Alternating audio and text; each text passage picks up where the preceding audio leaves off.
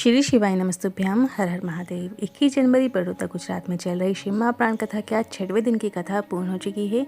ये 7 दिवसीय शिव महाप्राण कथा है जिसे आप आस्था चैनल यूट्यूब के माध्यम से भी 16 जनवरी से 22 जनवरी तक लाइव देख सकते हैं, सुन सकते हैं। आज की कथा में गुरु जी ने कुंदकेश्वर महादेव और दूरवा वाला एक बिल्कुल नए उपाय की जानकारी दी है। साथ ही अड़चने दूर करने वाले एक नए उपाय की जानकारी दी है। साथ ही आज की इस वीडियो में गुरु जी ने अभी तक इस शिव महाप्राण कथा में जो जो उपाय बताए हैं उनको भी हम आज की इस वीडियो में आपको बताएंगे। जैसे शीघ्र विवाह का 7 लाल चंदन बिंदी वाला उपाय कैसे करना है, सोमवार के दिन प्रदोष काल के समय क्या उपाय करना है जिससे आपकी जो व्यापार में उन्नति नहीं हो रही है या अड़चने आ रही हैं या सुकून की ज़िंदगी नहीं है तो उसमें किया जाने वाला ये विशेष उपाय है। साथ ही माँ चंद्र घंटे वाले उपाय की भी जानकारी आपको प्राप्त होगी। अभी गुप्त नवरात्रि चल रही है तो ये उपाय आप ज़रूर कर सकते हैं। इसके बाद अगली 5 शिव महाप्राण कथाएं गुरु जी की कहाँ हो रही हैं, कौन कौन सी डेट में होंगी उसकी भी जानकारी मिलेगी। आने वाली 5 बड़ी विशेष तिथियां कौन कौन सी हैं तो उसकी जानकारी मिलेगी। आज 21 जनवरी 6वें दिन की श्री शिव महाप्राण कथा में गुरु जी ने कुल 12 उपाय पत्रों की जानकारियाँ दी हैं। सभी की जानकारी आपको इसी वीडियो के माध्यम से प्राप्त होगी। किसी कारणवश यदि आपने आज कथा नहीं सुन पाए हैं तो पूरी कथा का रसद आपको इस छोटे से वीडियो से प्राप्त होगा। तो बढ़ते हैं आज की कथा की पहली जानकारी की ओर। शिव महाप्राण की कथा कहती है किसी की तबीयत खराब है उससे दिन में 2 बार मिलो, समय खराब चल रहा है तो उससे दिन में 3 बार मिलो, और किसी की नीयत खराब है तो उससे स्वप्न में भी मत मिलो। थोड़ा समय निकालकर आपको अपने घर के माता पिता से ज़रूर बात करना चाहिए। थोड़ा समय निकालकर उन्हें अपना समय ज़रूर देना चाहिए। थोड़ी देर माता पिता के साथ बैठिए, उनसे बातचीत कीजिए, जीवन में क्या चल रहा है उनसे थोड़ा शेयर कीजिए, वो भी आपसे शेयर करेंगे। बीच में बातचीत आपकी कम नहीं होना चाहिए। माता पिता से हमेशा आपकी बातचीत होती रहना चाहिए। बढ़ते हैं आज की कथा की दूसरी जानकारी की ओर। एक बात याद रखना, भोलेनाथ के स्वरूप का दर्शन कभी भी नहीं हो सकते।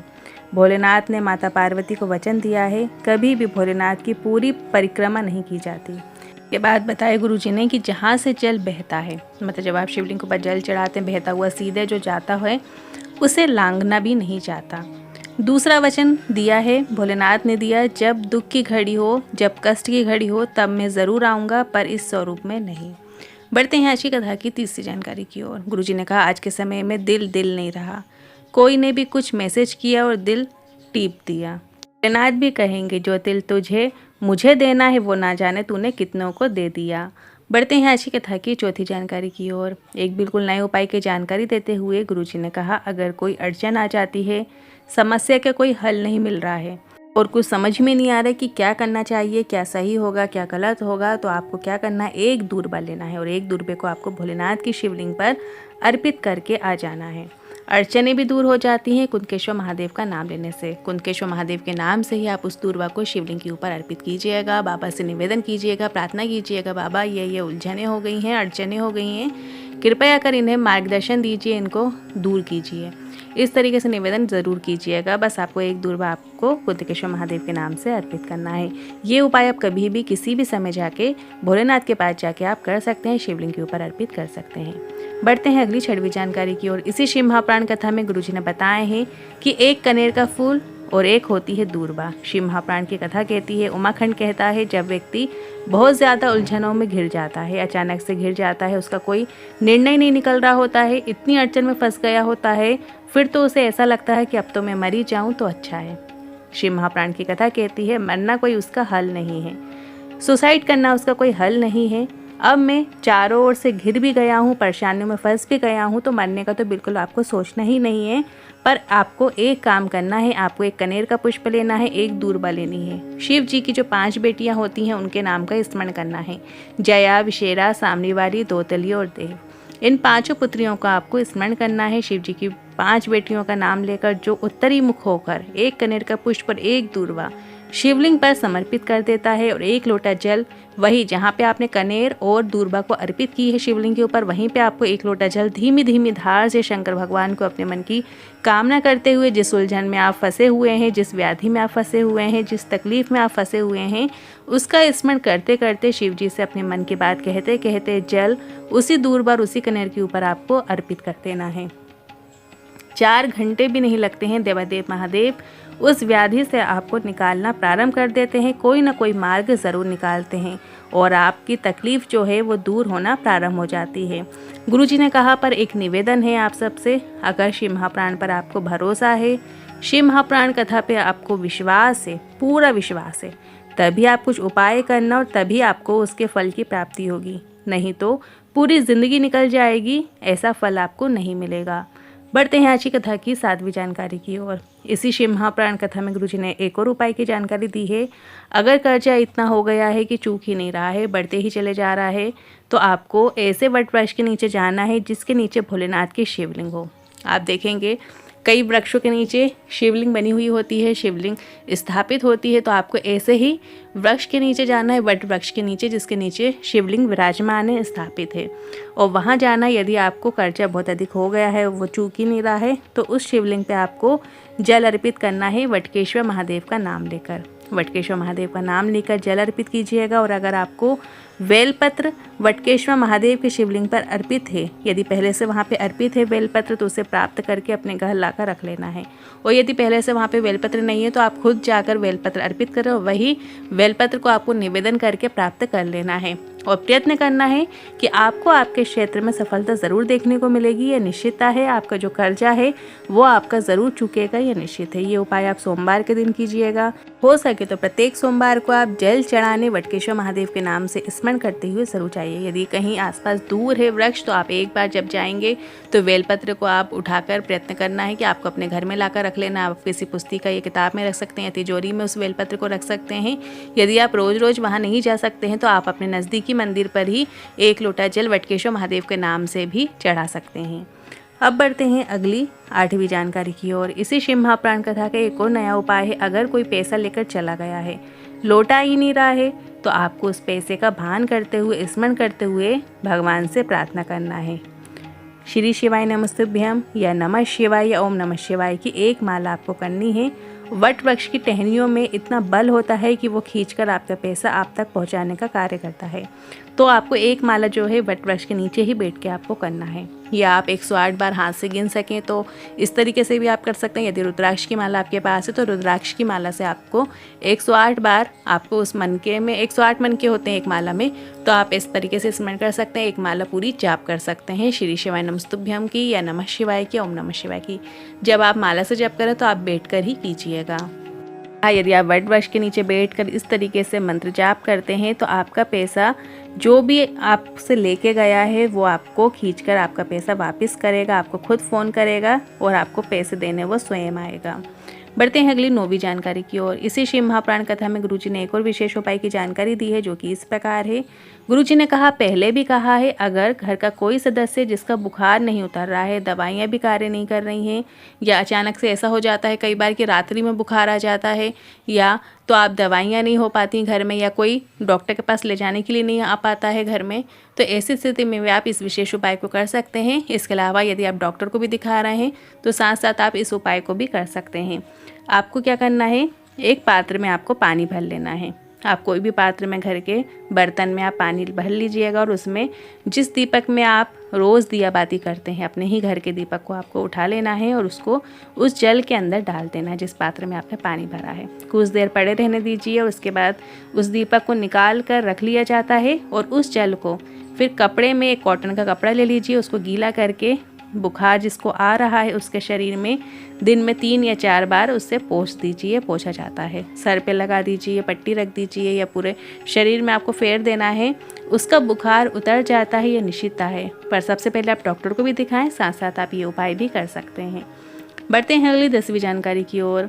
विशेष उपाय की जानकारी देते हुए गुरुजी ने कहा, अगर बेटा या बेटी जिनके विवाह में अड़चन आ रही है, अच्छे रिश्ते नहीं आ रहे हैं, विवाह की उम्र निकलती चली जा रही है, विवाह हो ही नहीं रहा है, विवाह में देरी हो रही है, तो इस सरल और आसान उपाय को, अभी गुप्त नवरात्रि चल रही है तो आप ज़रूर करके देखिएगा। और ये उपाय आप वैसे भी कभी भी किसी दिन भी कर सकते हैं। आप चाहो तो 22 जनवरी गुरुवार गुप्त नवरात्रि में भी ये उपाय कर सकते हैं। इस उपाय को करने के लिए आपको बस लाल चंदन की आवश्यकता होगी। लाल चंदन 2 प्रकार से आता है, एक लकड़ी फॉर्म में आता है, एक पाउडर फॉर्म में आता है। आप कोई भी लाल चंदन ले सकते हैं। बस आपको लाल चंदन को थोड़ा सा गीला करके चंदन टाइप बना लेना है और उसके बाद अशोक सुंदरी माता का जहाँ स्थान है शिवलिंग में अशोक सुंदरी माता का स्थान जो बीच में मोटी लाइन होती है वो है, वहाँ पर आपको उस लाल चंदन की 7 बिंदी आपको रख देना है। आपको अपना नाम और गोत्र बोलते हुए फिर अपना हाथ वहीं पे आपको रख देना है। ये आप यदि माँ कर रही हैं या घर के कोई भी सदस्य अपने बच्चे या बच्ची के लिए कर सकते हैं, या स्वयं भी बेटा या बेटी अपने लिए ये उपाय कर सकते हैं। बस नाम और गोत्र अपना बोलना है और अपना 7 बिंदी लगा देने के बाद अपना सीधा हाथ आपको अशोक सुंदरी माता के स्थान पर रखना, अपना नाम और गोत्र बोलना है और कहना है। यदि घर के बड़े ये उपाय कर रहे हैं तो आपको ये बोलना है कि ये मेरा बेटा या बेटी नहीं बल्कि आपका बेटा या बेटी है। जैसे आपकी बेटी है माता अशोक सुंदरी, जैसे आपके बेटे हैं गणेश जी, कार्तिकेय जी, जैसे आपने उनका विवाह किया वैसे ही इनका विवाह भी आपको ही कराना है। बस आपको इतना ही कहना है। जब आप अपने बच्चों को भगवान के भरोसे छोड़ देंगे, आपके बच्चों का विवाह अच्छी जगह और शीघ्र अतिशीघ्र होगा, ये निश्चितता है। बढ़ते हैं अगली 11वीं जानकारी की ओर। गुरुजी ने इस शिव महापुराण कथा में एक और उपाय की जानकारी दी है, जो कि माँ चंद्रघंटा के नाम से किया जाने वाला ये विशेष उपाय है। यदि व्यक्ति कितना ही बिखरा हुआ क्यों ना हो, हृदय से कितना ही टूटा हुआ क्यों ना हो, व्यापार यदि आपका चल ही नहीं रहा है, जीवन में उन्नति देखने को नहीं मिल रही है, तो बस आपको माँ चंद्रघंटा के नाम लेकर एक दूर्बा शिवलिंग के ऊपर अर्पित कर देना है। एक दूर्बा का बहुत महत्व हमारे शास्त्रों में बताया गया है। यदि आप दूर्बा शिवलिंग पे अर्पित करते हैं माँ चंद्रघंटा के नाम से, अलग अलग नामों से दूर्बा पे जब हम शिवलिंग पे अर्पित करते हैं तो अलग अलग महत्व हो जाता है। जब आप दूर्बा चंद्रघंटा के नाम से अर्पित करते हैं तो उस चीज़ का अलग महत्व हो जाता है। कुंदकेश्वर महादेव के नाम से जब आप दूर्बा अर्पित करते हैं तो उसका अलग महत्व हो जाता है। तो यहाँ पे गुरुजी ने कहा है कि बस आपको माता चंद्रघंटा का नाम लेकर एक दूर्बा शिवलिंग के ऊपर अर्पित करना शुरू कर देना है। आप चाहो तो रोज एक दूर्बा शिवलिंग पर चंद्रघंटा नाम से, माता चंद्रघंटा के नाम से अर्पित कर सकते हैं। मात्र इतना कर देने से माता चंद्रघंटा का आशीर्वाद मिलता है और भोलेनाथ स्वयं आपके जीवन को व्यवस्थित कर देते हैं, ये निश्चितता है। ये उपाय इसी शिव महापुराण कथा में गुरुजी ने बताया था, जिसमें हमने गलती से दूर्बा की जगह बेलपत्र बोल दिया था, इसलिए फिर से जानकारी आपको दे रहे हैं कि एक दूर्बा आपको डेली चंद्रघंटा का नाम लेकर, माता चंद्रघंटा का नाम लेकर आप अर्पित कीजिएगा। बढ़ते हैं अगली 17वीं जानकारी की ओर। यदि तुम्हारा काम नहीं चल रहा हो, व्यापार नहीं चल रहा हो, बहुत टेंशन की ज़िंदगी चल रही हो, ना मान मिल रहा है ना सम्मान मिल रहा है, जगह जगह की ठोकर खाकर यदि आप परेशान हो गए हैं, तो श्री शिवाय नमस्तुभ्यम बोलकर, अपना नाम और गोत्र बोलकर, उत्तरमुखी होकर आपको ये उपाय करना है। इस उपाय में आपको एक बेलपत्र शिवलिंग के ऊपर अर्पित करनी है, फिर एक कनेर का फूल अर्पित करना है, फिर एक दूर्बा अर्पित करनी है और एक चावल का दाना आपको लाल चंदन से लाल किया हुआ अर्पित करना है। देखिए जो लाल चंदन है, जो अभी बताया हमने, लाल चंदन आपको लेना है, उसमें एक चावल का दाना आपको उसमें डालकर लाल कर लेना है। इस तरीके से एक लाल चावल का दाना आपको भोलेनाथ की शिवलिंग पे अर्पित करना है। तो जो प्रत्येक सोमवार मतलब हर हफ्ते जो सोमवार आता है उसमें ही आपको प्रदोष काल के समय इस उपाय को करना है। अब भोलेनाथ के मंदिर में जाइएगा, एक वहाँ पे सबसे पहले गोल बाती का घी का दीपक लगाइएगा, या आप शिव शक्ति दीपक यदि लगा रहे हैं, यदि आपने उसका नियम लिया तो आप शिव शक्ति दीपक भी लगा सकते हैं। मतलब एक गोल बाती का और एक लंबी बाती का घी का दिया का यदि नियम लिया है तो लगाइएगा। अगर आप नियम अभी तक आपने नहीं लिया है तो आप एक गोल बाती का घी का दीपक ही लगा सकते हैं। और साथ में आपको ये चीज़ें जो बताई गई हैं ये आपको भोलेनाथ की शिवलिंग पे समर्पित करना है। प्रदोष काल के समय आपको समर्पित करना है। अब प्रदोष काल क्या होता है? जब सूरज ढल रहा होता है, हल्का उजाला होता है, हल्का अंधेरा होता है, उस बीच में आपको ये दीपक जाके भोलेनाथ की शिवलिंग के सामने आपको लगाना है और आपको एक बेलपत्र, एक दूर्वा, एक कनेर का फूल और एक चावल का दाना जो कि चंदन से लाल किया हुआ है अर्पित कर देना है। 4 चीज़ें हैं, ये याद रखिएगा। और एक आपको गोलबाती का घी का दीपक आपको प्रज्वलित करना है। प्रत्येक सोमवार को प्रदोष काल में घी का दिया जलाकर अर्पित करना है। 5-6 सोमवार निकल जाएंगे, बाबा तुम्हारा हाथ पकड़ लेंगे और परेशानी से आप ज़रूर बाहर निकलोगे, ये निश्चित है। बहुत ही अच्छा और सरल आसान उपाय है। आप ये उपाय इसी सोमवार से शुरू कर सकते हैं। जो आने वाला सोमवार है, इसी सोमवार से आप ये नियम ले लें कि हम ये 4 चीज़ें प्रदोष काल के समय हर सोमवार भोलेनाथ की शिवलिंग पे अर्पित करेंगे और एक घी का दिया भोलेनाथ के मंदिर में जाकर लगाएंगे। तो ऐसा करने से बाबा आपका हाथ पकड़ेंगे। जो भी आपको मान अपमान सहन करना पड़ रहा है, व्यापार नहीं चल रहा है, टेंशन की ज़िंदगी चल रही है, धीरे धीरे ये चीज़ें कम होने लगेंगी और आप सुख शांति की ज़िंदगी जिएंगे। आपके घर में धन की वृद्धि रहेगी, किसी भी चीज़ की आपके घर में कमी नहीं होगी, प्रेम से आपस में लोग रहेंगे। आप जो भी उपाय करें, सबसे पहले शिव महापुराण कथा पर, शिव जी पर पूरा भरोसा कीजिए, पूरा विश्वास कीजिए। शिव जी को अपना पिता मानिए और इसके बाद एक बेटी होकर आप उनके द्वारे जाइए, जो चाहोगे वो पाओगे। बढ़ते हैं अगली 12वीं जानकारी की ओर। गुरु जी की जो आगामी शिव महाप्राण कथा है उनकी जानकारी इस प्रकार है। इस कथा के बाद गुरु जी की जो अगली शिव महाप्राण कथा है वो 27 जनवरी से आएगी। अभी कल की कथा शेष है। 22 जनवरी को गुरु जी की जो आखिरी अंतिम शिव महाप्राण कथा बड़ोदरा गुजरात में रहेगी और इसके बाद आएगी 27 जनवरी से 31 जनवरी माघ मेले के अवसर पर प्रयागराज में ये शिव महाप्राण कथा होने जा रही है, जो कि सतुआ बाबा सेवा शिविर में होगी। बहुत ही आनंद की ये कथा रहेगी।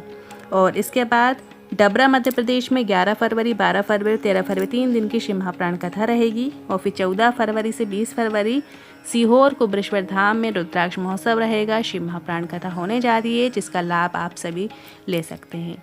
अब बढ़ते हैं अगली विशेष तिथियों की ओर। जो आगामी बड़ी बड़ी विशेष तिथियां हैं वो कब कब हैं तो वो जान लेते हैं। 22 जनवरी गुप्त नवरात्रि की विनायक चतुर्थी तिथि रहेगी। फिर 23 जनवरी को वसंत पंचमी है। हाँ, वसंत पंचमी से जुड़े भी गुरु जी के बहुत अच्छे अच्छे उपाय हैं, जो कि हम उसके लिए अलग से एक वीडियो बनाएंगे, जिसमें सिर्फ और सिर्फ वसंत पंचमी के ही उपाय रहेंगे। जिसमें सरसों के फूल शिवलिंग पे अर्पित किया जाता है। एक फूल अर्पित करने से क्या होता है 108। यदि आप पीले फूल जो सरसों के होते हैं, जो आसानी से मिल जाते हैं, उनको यदि आप अर्पित करते हैं तो क्या होता है वसंत पंचमी के दिन छोटे बच्चों के विद्या अध्ययन के लिए क्या उपाय करें। बहुत सारे उपाय हैं वसंत पंचमी के, हम उसके लिए एक अलग से एक वीडियो बनाएंगे, जिसमें आप उनमें से जो उपाय आपको ठीक लगे वो आप वसंत पंचमी के दिन भोलेनाथ के मंदिर में जाकर कर सकते हैं और लाभ ले सकते हैं। गेहूं की बाली भी भोलेनाथ की शिवलिंग पर अर्पित की जाती है। इस दिन जो गेहूं की बालियां होती हैं वो भी अर्पित की जाती हैं। उनसे भी जुड़े वसंत पंचमी के दिन के उपाय हैं, तो हम वो शेयर करेंगे वीडियो। इसके बाद 25 जनवरी रविवार का दिन है, माँ नर्मदा जयंती है। नर्मदा जयंती की भी छोटे रूप में कहानी हम आपको समझाने का प्रयास करेंगे। माँ नर्मदा कौन है, शिव जी से उनका क्या संबंध है, किस तरीके का, और उस दिन स्नान करने से, दान करने से, दीप दान करने का विशेष महत्व होता है, तो उन सब का क्या है वो उसके लिए भी एक अलग से वीडियो बनाएंगे। फिर 26 जनवरी सोमवार को है गुप्त नवरात्रि और साथ ही अष्टमी तिथि है, मतलब सोमवार की अष्टमी तिथि है। सोमवार की अष्टमी तिथि के विशेष उपाय हैं, तो इसके लिए भी एक अलग से वीडियो बनाएंगे, जिसमें सोमवार की अष्टमी वर्ष भर में सिर्फ 3 या 4 ही आती हैं, तो बहुत ही विशेष दिन है। साथ ही माँ दुर्गा की अष्टमी तिथि भी इसी दिन पड़ रही है, तो बहुत ही दुर्लभ संयोग बन गया है ये। इसके बाद 29 जनवरी गुरुवार के दिन एकादशी व्रत है। 29 जनवरी को एकादशी कब से कब तक है, पारण कब करना है, इसकी भी अलग से जानकारी दे दी जाएगी। फिर 30 जनवरी को है प्रदोष का दिन। प्रदोष का दिन भगवान शिव की विशेष कृपा प्राप्ति का दिन होता है। प्रदोष से जुड़े हुए गुरु जी के बताए कई विशेष उपाय हैं, जो कि आप प्रदोष काल के समय भी कर सकते हैं। तो बहुत सारे ये विशेष तिथियां हैं। ये आने वाले हफ्ते में ही ये विशेष तिथियां हैं। ये पूरा हफ्ता बहुत ही अच्छा है, इतनी बड़ी बड़ी विशेष तिथियां हैं, तो इस हफ्ते आप पूरे भक्तिमय हो जाइए, भगवान शिव को मनाइए। अब बढ़ते हैं गुरु जी की पुस्तक में गुरु जी के बताए गए विशेष उपाय की ओर। कुछ झलक हम देख लेते हैं। यहाँ किताब में गुरु जी ने बताया, यदि आप शिवलिंग पर जो भी बिल्व पत्र चढ़ाते हैं, चाहे घर में चढ़ाएं, चाहे भोलेनाथ की शिवलिंग पर चढ़ाएं, तो उसे फेंकना नहीं चाहिए, उसे प्रसाद के रूप में ग्रहण किया जा सकता है। अगर शिवलिंग पर चढ़ा हुआ बेलपत्र हम ग्रहण करते हैं तो काफ़ी रोगों से हमें मुक्ति प्राप्त होती है। यदि आप रोज़ शिवलिंग पे अपने ही घर पे यदि बेलपत्र चढ़ाते हैं, तो आप 2-3 दिन तक तो आप उसी बेलपत्र को धोकर चढ़ा सकते हैं, यदि बेलपत्र की शॉर्टेज है तो। और फिर बेलपत्र को आप ग्रहण भी कर सकते हैं प्रसाद रूप में। थोड़ी थोड़ी बेलपत्र परिवार के सभी सदस्यों को आप प्रसाद रूप में ग्रहण करवा सकते हैं। अगर किसी व्यक्ति के घर में कोई गंभीर बीमारी आ गई हो, या परिवार का कोई सदस्य वेंटिलेटर पर भी हो, तो शमी के पेड़ पर जो लगने वाला फूल होता है, शमी के वृक्ष का जो फूल होता है, उसको आपको ले लेना है और नीलकंठेश्वर महादेव का नाम लेकर शिवलिंग पे अर्पित करना चाहिए। कंठेश्वर महादेव का नाम लेकर यदि आप शमी के फूल को शिवलिंग पे अर्पित करते हैं और उसके पश्चात 1 कलश जल आप शिवलिंग के ऊपर अर्पित कर देते हैं, और वही जल को थोड़ा सा आपको प्राप्त कर लेना है। और जो बीमार व्यक्ति है, जो वेंटिलेटर पे है, चाहे घर पे है, तो उसे नीलकंठेश्वर महादेव का नाम लेकर उसको वो जल लगा देना चाहिए। उसके माथे पे लगा देना चाहिए, उसके कंठ में लगा देना चाहिए, उसके सर पे लगा देना चाहिए। ऐसे तरीके से आपको उस जल का उसके ऊपर छिंटन कर देना चाहिए। इस उपाय से व्यक्ति जल्द ही शीघ्र स्वस्थ हो जाता है। और अगर किसी के घर में रोग समाप्ति नहीं होते हैं, कोई ना कोई व्यक्ति बीमार बना ही रहता है, एक ठीक होता है दूसरा बीमार हो जाता है, या दूसरा ठीक होता है तो तीसरी बीमारी उसको हो जाती है। तो ऐसे में भगवान शिव जी की शिवलिंग पर गाय का घी अर्पित करने से घर से सभी रोग दूर हो जाते हैं और घर में खुशहाली आती है। आप थोड़ा थोड़ा घी, जैसे आप सोमवार के दिन जल चढ़ाने जाते हैं तो आप घी अवश्य ही अर्पित करें, ऐसे पूरे में अच्छे से लेपन करें और फिर एक कलश जल चढ़ाएं। इस तरीके से घी भगवान शंकर पे आप समर्पित करते हैं, अर्पित करते हैं, तो सभी रोग हमारे जो हैं घर के वो दूर होते हैं। अगर आपके घर में किसी व्यक्ति को कोई बड़े से बड़ा रोग लग गया हो, ये उपाय भी किया जा सकता है। उसके तहत आप दूध, काले तिल, थोड़ा सा सूखा आंवला और बेल फल डालकर उसे मिक्सी में पीस लेना चाहिए। मतलब थोड़ा सा दूध ले लेना है, उसमें थोड़े से काले तिल डाल लीजिए, थोड़ा सा सूखा आंवला जो होता है वो डाल लेना है और बेल फल थोड़ा सा उसके अंदर डाल लेना है। इन सबको इकट्ठा पीस लेना है। इसके बाद एक जो उपटन तैयार हो जाता है, उस उपटन को आपको और एक कलश जल लेकर उसके घर में, मतलब बीमार व्यक्ति के हाथ से उस जो उपटन है उसमें स्पर्श करा लें, कलश जल में उसका स्पर्श करा लें, या फिर आप उस व्यक्ति के ऊपर से उतार कर भी वह उपटन ओम जूम साहा मंत्र के जाप के साथ शिवलिंग पर आपको उस उपटन को लगा देना चाहिए जो आपने तैयार करके लेके गए हो। इसके बाद जो जल आप लेकर गए हो उसी जल से शिवलिंग का आपको अभिषेक करना चाहिए, जल शिवलिंग के ऊपर अर्पित करना चाहिए। ऐसा करने से उस व्यक्ति की बड़ी से बड़ी बीमारी भी दूर हो जाएगी।